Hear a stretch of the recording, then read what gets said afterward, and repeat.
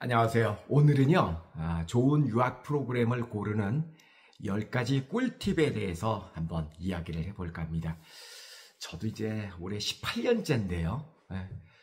초창기 때 이렇게 상상 속에서, 그리고 이런 시도도 해보고 저런 시도도 해보고 여러 번 시도를 해봤는데, 그게, 그 생각과는 좀 다른 게 많이 있더라고요.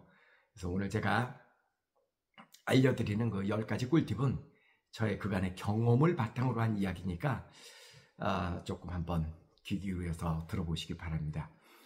그리고 그러니까 모든 내용이 개인의 상황에 따라 좀 달라질 수 있습니다. 당연히 그렇겠죠. 그러니까 모든 것은 비용과도 연관이 많기 때문에 본인의 그 경제 규모 이런 거에 따라서 모든 게 다 좋을 수만은 없으니까 중요한 거를 선택하고 중요하지 않은 것을 조금 후순위로 미루고 이런 걸 한번 고민을 해보시기 바랍니다.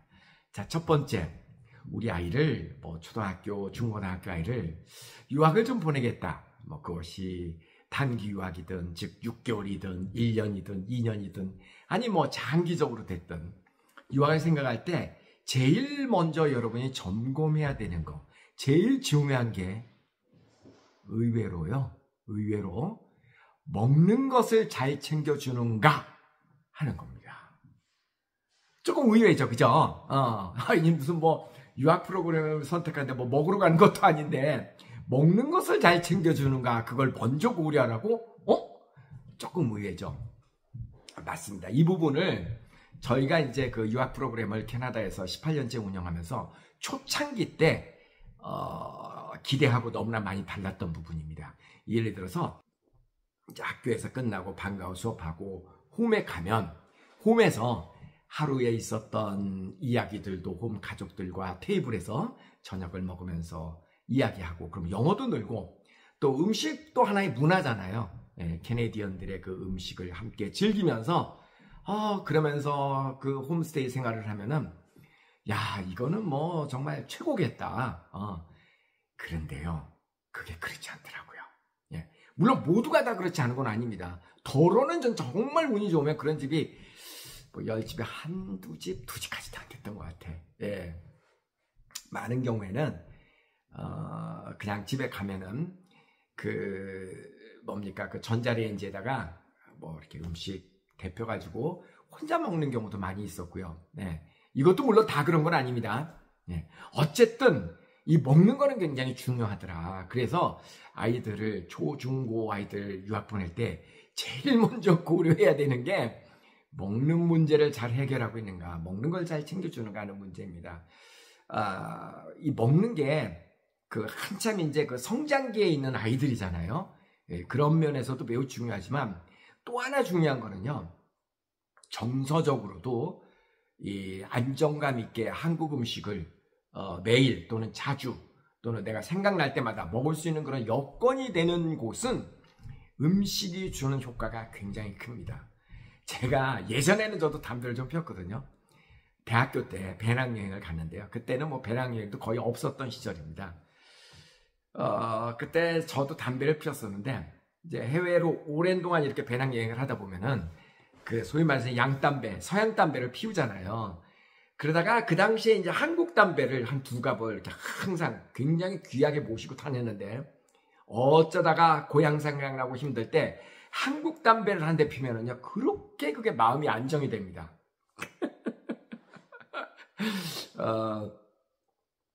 저는 술을 안 먹습니다만 외국 나가서 소주 먹으면 그런 느낌이 드시나요? 이게 어쩌다 그러니까 오랜 해외여행 가고 그런 건 아닐 것 같고 그 얘기는 뭐냐면요 한국 음식 그리고 나에게 익숙한 어떤 이런 고향의 음식, 그리고 무엇이 됐든 간에 그거를 이렇게 잘 먹고 그러면 정서적으로도 굉장히 안정이 되더라. 제 지금 기억을 더듬어 보면은요, 여러분 보딩스쿨이라고 아시죠? 보통 9학년 때부터 많이 가는 기숙사가 있는 미국이나 캐나다의 좋은 학교들. 우리나라의 민사고 같은 것도 이제 보딩스쿨이죠. 이 보딩스쿨에 갔을 때 우리 아들의 기억을 더듬어 보면 제일 힘들었던 게 먹는 문제였던 것 같습니다. 그래서 학기 중에 갔다가 이제 방학 때 나오잖아요. 방학 때 나오면 삐짝 말라갖고 나옵니다. 그리고 일단 또 먹여갖고 또 보내고. 그 다음에 이제 뭐 봄방학, 1년에 2번 정도 나왔었는데, 나오면은 그렇게 야위어 갖고 나왔습니다. 아무리 서양 음식을 잘해준다 그래도 또 평소에 우리가 먹던 음식이 아니잖아요. 예, 그러니까 그게 조금 덜어는 사람을 되게 힘들게 하더라. 그렇지만 이제 저희 아들 같은 경우는 이제 워낙 학교가 좋은 학교였다 보니까 조금 먹는 게 부실하더라도 다른 이점이 있으니까 먹는 거를 다른 방법으로 해결책을 찾으려고 노력까지는 해봤죠. 예, 근데 아무래도 먹는 게 조금 힘들었다라는 저의 개인적인 경험도 있습니다. 그래서 여러분이 그 어린 아이들을 이렇게 유학을 보낼 때는 먹는 문제를 꼭 한번 점검을 해봐라. 자, 두 번째는 이제 정서적 안정이 참 중요하잖아요. 신체적 안정, 정서적 안정, 그리고 공부죠. 그죠? 이게 두 개가 안 되는데 공부? 그거는 이제 차후의 문제 아닙니까? 예, 그 정서적 안정이라는 게 이게 말로 들으면 참 그럴듯한데요. 이거는 참 설명하기가 어렵습니다.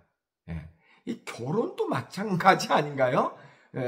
뭐 남편이 돈 잘 벌고 좋은 학벌, 좋은 뭐 가정 다 좋은데 제일 중요한 거는 사랑하는 사람하고 사는 거잖아요. 편한 사람, 정서적으로 공감대도 있고 편하고 뭐 이런 거잖아요. 그죠? 이게 되게 중요하거든요. 정서적 안정.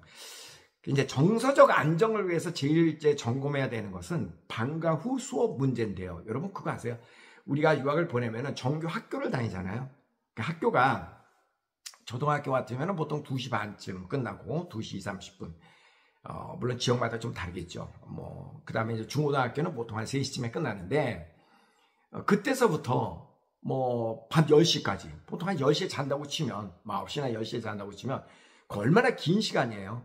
그 시간을 어떻게 관리해 주느냐. 이거 굉장히 중요한 문제거든요. 근데 제가 이제 많은 분들하고 상담하다 보면은요, 그런 얘기 되게 많이 듣습니다. 아이들이 학교 끝나고 굉장히 많은 자유시간이 있는데 그때 너무 아이가 힘들어한다. 그래서 맨날 한국에 전화하고 게임도 하고 그리고 우울해하고 공부도 잘 안 되고 어디 움직이려고 해도 차편도 용이치 않고 그런 이야기 되게 많이 듣거든요. 여러분 저 유학 비용의 절대 비용은 방과 후 관리 비용입니다. 그러니까 학교 끝나고 정규 학교 끝나고 밤 늦게까지 자기 전까지 그 시간을 어떻게 누가 효과적으로 관리해 주느냐. 이때는 이제 신체적인 관리, 먹는 거 관리해주고, 그 다음에 정서적 관리, 상담도 해주고, 뭐 이야기도 같이 해주고, 어디 데리고도 가고, 그 다음에 이제 학업 관리죠. 그 다음에 영어도 잘 안 될 테니까 와가지고 보충하고 영어 학교 다니는데 문제가 없게 그런 거 해주고, 이 모든 것들, 그런 것들이 결국은 이제 방과 후 관리 비용이잖아요. 우리나라도 그렇잖아요. 우리나라도 학교 다니는 비용이 얼마나 들어요? 끝나고 나서 가입 공부하고 그 잠자기 전까지 그때 드는 비용이 절대죠.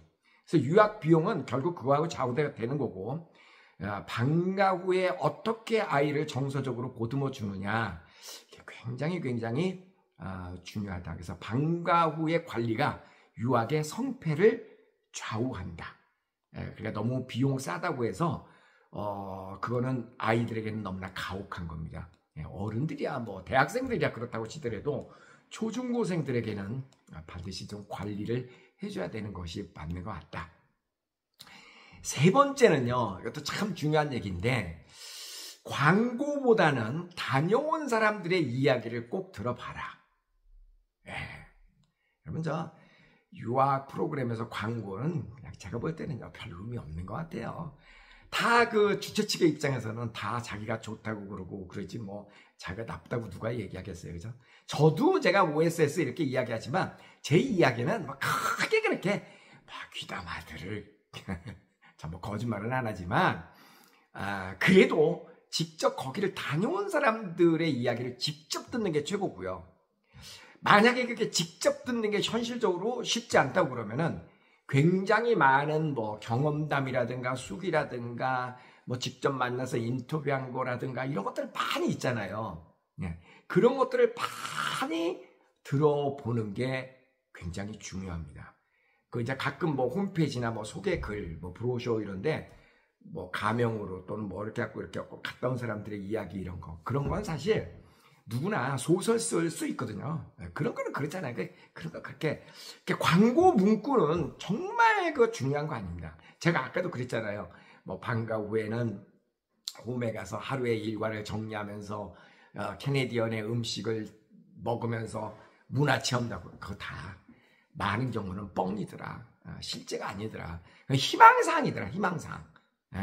그러니까 다녀온 사람들의 이야기를 듣는 게 제일 중요하다.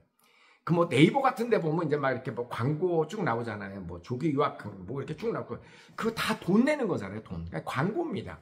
한 번 이렇게 클릭해갖고 들어가면 네이버에다가 뭐 꽤 많은 돈을 지불합니다. 그러니까 그런 거에 너무나 많이 현혹되지 마시고 광고는 그냥 광고다. 그래서 제일 중요한 거는 갔다 온 사람들의 이야기를 어떻게든 들어보는 거. 그래서 이거는요. 검증하는 방법이 참 여러 가지가 있는데, 그 홈페이지나 이런 데 얼마나 많은 이야기들이 현실적으로 매일매일 업데이트되고 사실적으로 기술되는가, 종합적으로. 그러니까 부모님이 발품을 파는 것만큼 아이들은 현재 가서 고생을 덜 합니다. 분명히 맞죠. 어린아이들에게 그냥 부딪혀봐. 이거는 조금 가혹하고요. 부모님이 최대한 그 프로그램을 다녀온 사람들의 이야기를 어떻게 해서든지 좀 들어보고 그 결정하셔라. 꼭 한번 제 이야기를 귀담아 들으시기 바랍니다. 네 번째는요. 현지 소식이 사실대로 공개되고 있는지를 봐라. 이거는요. 매일매일 내용이 얼만큼 업데이트되고 사실대로 공개되는가. 그거 사실대로 공개하는 거 생각보다 그 쉬운 일 아닙니다. 그렇지 않나요? 매일매일 있는 그대로.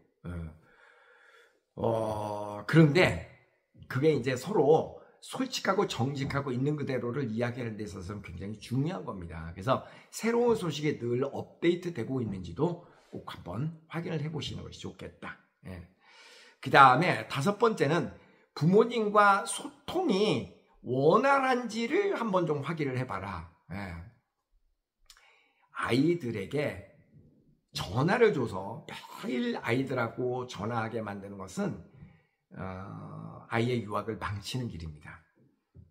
그거는 또 예를 들어서 너무나 현지 사실을 정확하게 알고 싶다고 해서 뭐 교실 곳곳에 CCTV가 이렇게 설치되어 있어 부모가 언제라도 그거를 볼 수 있게 만들고 그것도 옳은 방법은 아닙니다.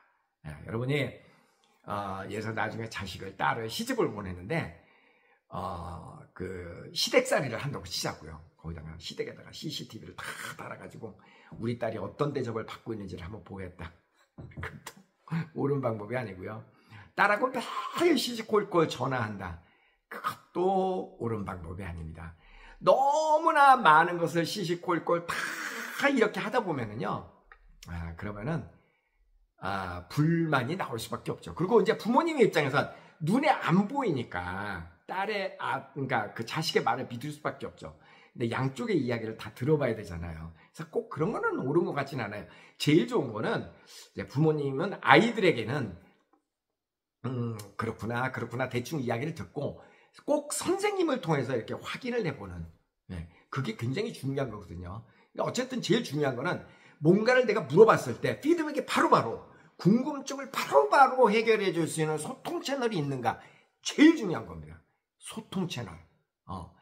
항상 CCTV까지는 아니라도 우리 아이에 대해서 뭐가 궁금하고 뭐하고 그랬을 때 현지에서 운영하는 선생님들하고 이렇게 얘기할 때 바로바로 그런 것이 이렇게 회신을 받을 수 있는 그런 그 시스템이 되어 있는가, 소통이 잘 되는가 아주 중요한 문제다.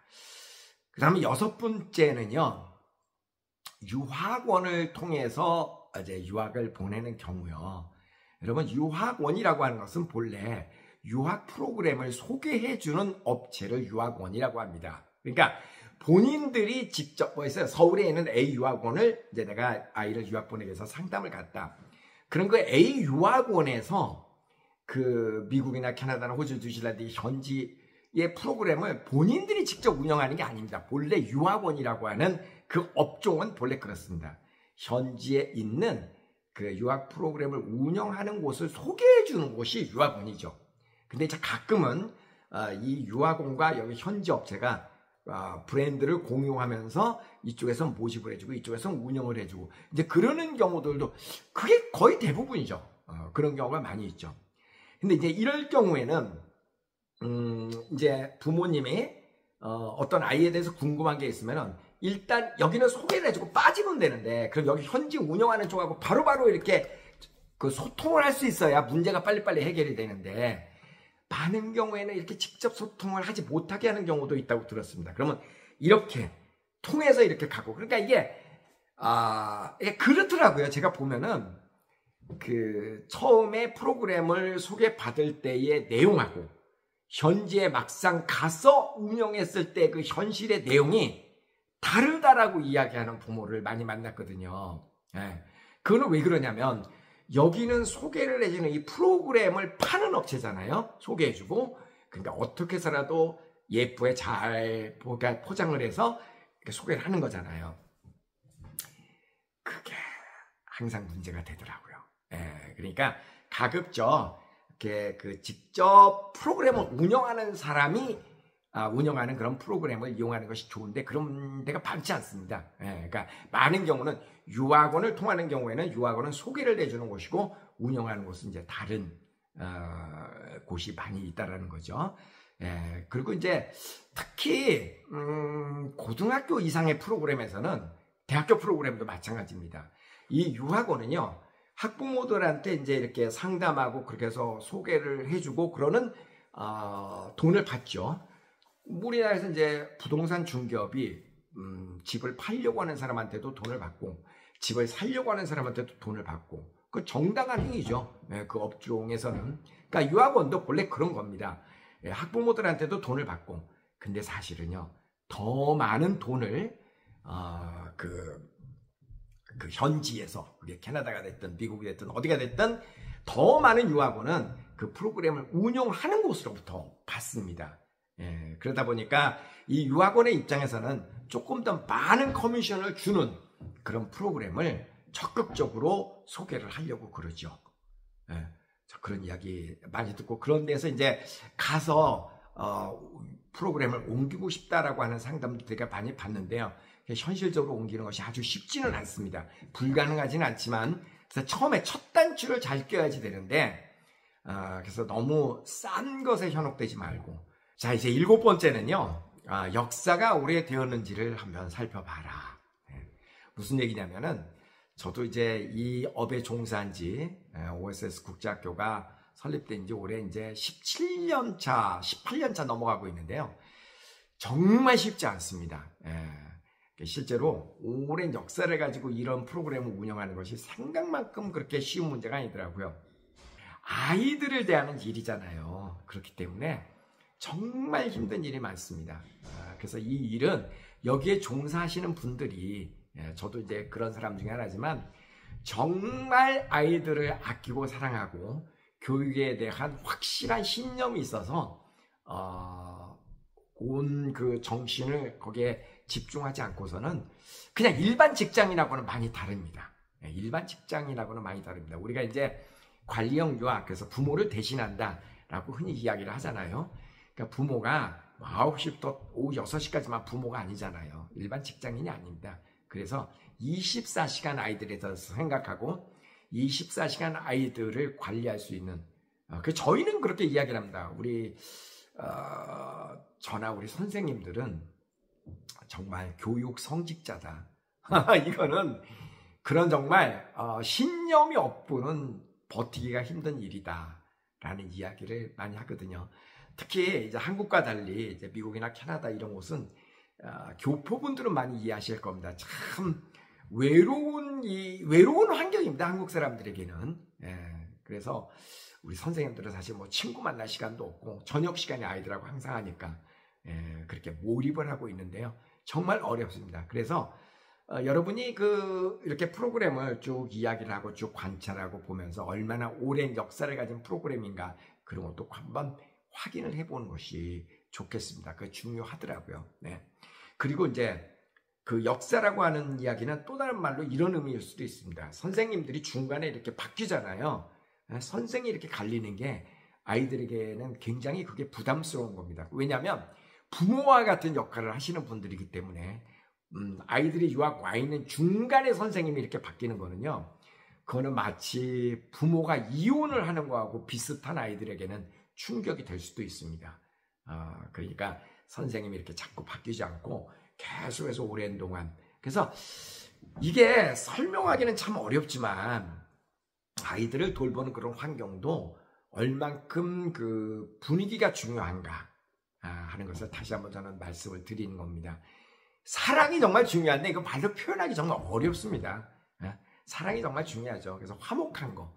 그래서 아이들의 이렇게 사진을 보면 아이들이 얼마나 표정이 밝은가 뭐 그런 것도 한번 관찰해 볼 수도 있을 겁니다. 사실 제일 중요하거든요. 그 다음에 8번째는 정식 학교인지를 한번 확인해 봐라. 이 미국이나 캐나다 이런 쪽에서는요. 학교 설립이 굉장히 쉽습니다. 우리나라하고 이렇게 견줘봤을 때 굉장히 많이 쉽습니다. 빌딩 하나만 그냥 이렇게 건물만 있어도 그냥 학교라고 그러면 그냥 학교일 수 있거든요. 가끔 그 고등학교 프로그램 가운데는 그런 프로그램들이 많이 있더라고요. 그러니까 학점 이수를 쉽게 해주는 빨리 졸업을 시켜주기 위한 그런 특별한 학교들이 있습니다. 그것도 학교입니다. 법적으로는 학교입니다. 이제 미국, 캐나다 이런 데서는요.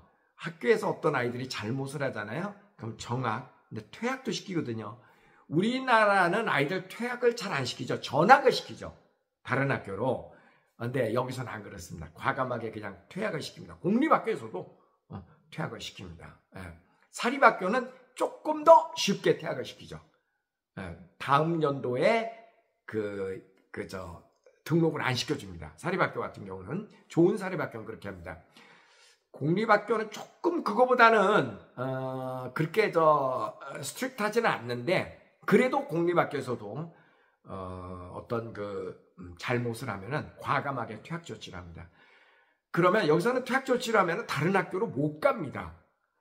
그러더라고요. 여기서는 그 생각만큼 그렇게 쉽게 여기서 퇴학대회가 저쪽에서 받아주고 그렇게 안 하더라고요. 왜 퇴학을 당했는지를 설명을 해야 되고 안 받아줍니다. 근데 이런 경우에 아이들이 이제 고등학교를 졸업을 못 하잖아요. 그럼 어떻게 해야 돼요? 고등학교 학점을 다 이수를 해야 그래야 고등학교 자격을 얻고 그래야 대학을 갈 수 있잖아요. 여기는 뭐 검정고시라고 얘기하기에는 뭐하지만 고등학교 졸업에 필요한 학점이라는 게 있거든요. 근데 그거를 정규 학교에서도 이렇게 받을 수 있지만 정규 학교에서 만약에 이렇게 퇴학을 당한 경우 어떤 이유가 돼서 중간에 그만둔 경우에는 어떻게든 이렇게 온라인으로 학점을 취득하든 아니면 지금 제가 말씀드린 대로 그 정식 학교이기는 하나 허가받은 학교이기는 하나 일반적이지 아니한 학교들이 미국, 캐나다에는 의외로 많이 있습니다. 그러니까 그런 데는 이제 이렇게 가는 겁니다. 그러면은 시설은 조금 많이 부족하죠. 부족한데 여기서는 그런 학점 이수를 빨리 하려고 하는 사람들, 대표적으로 캐나다에서 어떤 이유라든지 중도에 미국, 캐나다에서 학교를 그만둔 경우, 그럴 경우에 이제 학점을 이수해서 고등학교 자격을 만들기 위한 경우도 있고, 그 다음에 이제 한국, 중국 이런 다른 나라에서 이제 영어도 잘 안 되고 또 어느 세월에 내가 학교를 졸업을 해 이런 경우, 그게 사실 한국에서 유학 보내려고 하는 중고생을 둔 부모 입장에서는 비용의 문제가 따르니까 빨리 졸업하고 싶죠. 그 영어가 조금 안 되더라도 빨리 졸업 자격을 취득하고 싶죠. 그것이 이제 부모님들의 애타는 마음이잖아요. 그런 사람들에게 이제 이런 프로그램이 되게 좋다라고 이야기를 해서 그런 경우가 많이 있더라고요. 오면은 학교가 내가 생각했던 학교하고는 많이 다른 겁니다. 많이 이제 다르다라는 이야기를 하면서 실망하고 힘들어하고 그런 경우 많이 봤거든요. 그러니까 그게 학교가 아닌 건 아닙니다. 정식 학교는 맞습니다. 그렇지만 우리나라에서 생각하는 그런 개념의 학교는 아니다. 그래서 그런 거를 여러분 잘 좀 한번 보셔야만 합니다. 그래서 이런 걸 알려면 어떻게 해야 돼요? 거기를 다녀왔던 또는 다니는 학부모를 좀 연결해달라. 그러고 이야기하는 게 최고입니다. 주최 측의 이야기, 저도 마찬가지예요. 제 얘기를 이렇게 듣는 것보다 거기를 다녀온 사람을 5명만 좀 소개해달라. 아니면 지금 가 있는 사람 5명만 좀 소개해달라, 학부모를. 그렇게 해서 직접 이야기를 해보고, 그게 제일 좋습니다. 그 정도의 노력은 부모님이 하셔야죠. 그 다음에 홈스테이, 9번째는 홈스테이형과 기숙사형의 차이에 대해서 한번 좀 이야기를 해보겠습니다. 다 장단점이 있죠. 언뜻 보면은 기숙사보다는 홈스테이가 좋을 것 같고, 또 거꾸로 홈스테이보다는 기숙사가 좋을 것 같고, 그런 게 있잖아요. 이제 보딩스쿨 같은 경우는 다 기숙사죠, 쉽게 이야기를 하면. 근데 기숙사의 장점은 뭐가 있냐면은 이제 저녁 늦게까지 공부도 할 수 있고, 단체니까 사감이 있어서 관리도 하고. 근데 최대의 단점이 뭐냐면 기가 약한 아이들은 먹잇감이 된다는 겁니다. 거기에는 규율이 있고, 뭐 동양 사람 서양 사람 가릴 거 없이 기센 사람이 많은 무리에서는 항상 이렇게 그 지배를 하게 돼 있거든요. 그래서 기가 조금 약한 사람은 휘둘립니다. 그게 이제 기숙사형의 단점인 것 같고, 그 다음에 이제 기숙사형일 경우에는 어떤 카페테리아라든가 구내식당 이런 데서 식사를 하잖아요. 근데 그 식사가 양식일 경우에는 아무리 음식이 좋아도 매일 좋은 서양 음식을 매일 먹는다. 그것도 굉장히 힘든 일이잖아요. 그래서 그런 것도 조금 문제가 되고, 그렇습니다. 제가 옛날에 군대를 카투사로 있었는데, 얼마나 식당이 잘 나오니까 밥이. 근데 그것도 아무리 잘 나와도 한두 번이지 매일 그거를 먹어야만 한다 그러니까 그냥 라면 끓여 먹고 막 그런 경우가 되게 많았거든요. 여러분, 우리나라에서 구내식당 아무리 잘 나와도 싸고 잘 나와도 그래서 밖에 나가서 먹고 싶은 그런 거 있잖아요. 그냥 비슷하다고 생각하시면 됩니다. 그래서 홈스테이형도 이제 또 장점은 좀 이렇게 똑같은 가정집이니까 그런 또 장점이 있지만, 또 거기에도 또 단점이 있을 수 있죠. 그래서 그거는 아이의 성향에 따라서 장단점이 갈릴 수 있다. 그리고 이제 홈스테이 같은 경우도 이제 마음에 안 들면 애들 또 바꿔줄 수도 있잖아요. 그러니까 그런 것은 모든 것이 다 장점과 단점이 있으니까 개인의 성향에 따라서 한번 판단해 보시는 것이 좋겠다. 그 다음에 10번째, 유학의 핵심은 역시 생활관리와 그리고 학업관리가 꽃이다. 그죠? 처음에 유학을 보낼 때는요, 초중고 다 마찬가지입니다. 처음에 유학을 보내는 부모의 마음은 가서 불평불만 없이 잘만 좀 있다가 왔으면 좋겠다. 안전한 곳에서 심리적으로, 신체적으로, 안정적으로 영어야 그래도 어떻게 늘겠지. 요 정도의 기대를 가지고 보통 유학을 보냅니다. 그랬네요. 막상 갔다 오면, 그러니까 뭐 단기 유학, 뭐 1, 2년 정도 갔다 돌아오면은요, 바로 2, 3일 내로 학원 데리고 가서 레벨 테스트를 보죠. 내가 얼마를 투자를 했는데 영어가 얼마나 늘었나 보자. 그거잖아요. 그리고 고등학교생들도 마찬가지입니다. 처음에 이렇게 유학을 보낼 때는 그래도 뭐 한국 학교보다는 낫지 않겠느냐. 그래, 가갖고 애가 좀 잘 있다 왔으면 좋겠다. 요 정도의 기대를 가지고 보내지만은요, 막상 그 문제가 해결이 되면, 그러니까 뭐 정서적으로, 심리적으로, 먹는 문제, 이런 기본적인 것들이 해결이 되고 나면, 그 다음에는 이제 욕심을 갖게 되죠. 좋은 대학을 갔으면 좋겠다. 영어도 좀 잘했으면 좋겠다. 근데 저는 그게 하나도 잘못된 거가 아니라고 생각해요. 그게 뭐가 잘못된 거야? 그죠? 학생인데 공부를 하러 간 건데 당연하죠. 당연하죠.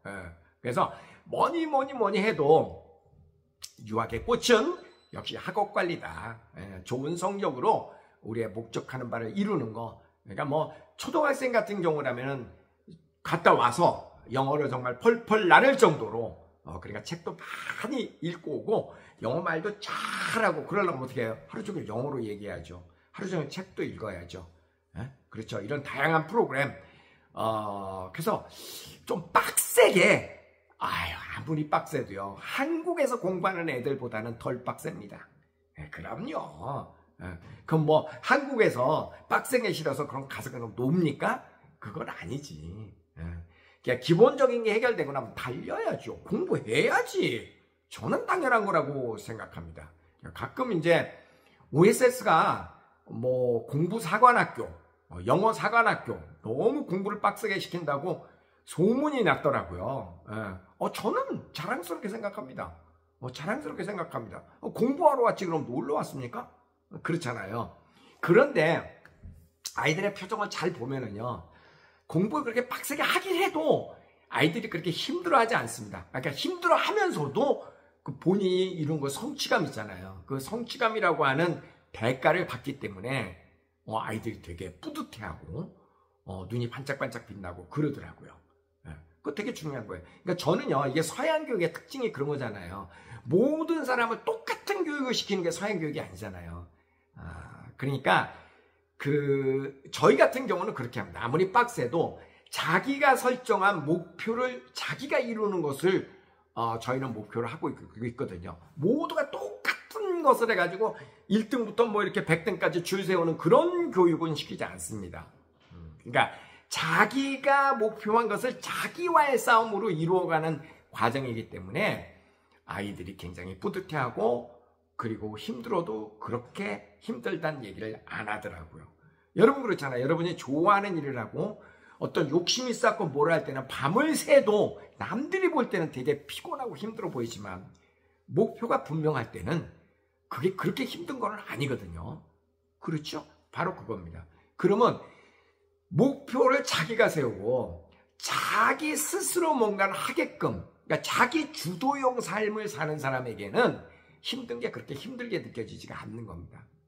단지 한국에서는 너무나 많은 주변 사람들이 엄마 아빠서부터 시작해서 그냥 이거 해라 저거 해라, 그러니까 애들 꼭 똑같이처럼 학원에 몇 시부터 뭐 가라 그냥 남들이 하는 거 외워라. 그러니까 주체성이 없이 그냥 공부를 하는 거잖아요. 그러니까 아이들이 힘들어하는 겁니다. 그러니까 힘들어하는 겁니다. 자, 다시 마지막으로 정말 중요한 얘기인데요. 일단 안정감을 찾는 거는 물론 당연히 중요합니다. 그렇지만 역시 유학의 꽃은 학업관리다. 그럼요. 그거를 이루기 위해서 왔으니까. 그래서 그것에 대해서 소홀히 하는 프로그램을 저는 원하지 않습니다. 저는 개인적으로 그런 신념을 갖고 있는 사람입니다. 네. 자, 제가 오늘은 이제 좋은 유학 프로그램을 고르는 꿀팁 10가지에서 10가지를 소개해 봤는데요. 앞서 말씀드린 대로 개인의 여러 가지 조건들이 있잖아요. 경제적인 조건도 있고 여러 가지 조건이 있으니까 제 말이 다 모든 사람에게 적용되는 것은 아닙니다. 참고 삼아서 말씀을 드렸습니다. 꼭 도움이 되었으면 좋겠습니다. 감사합니다.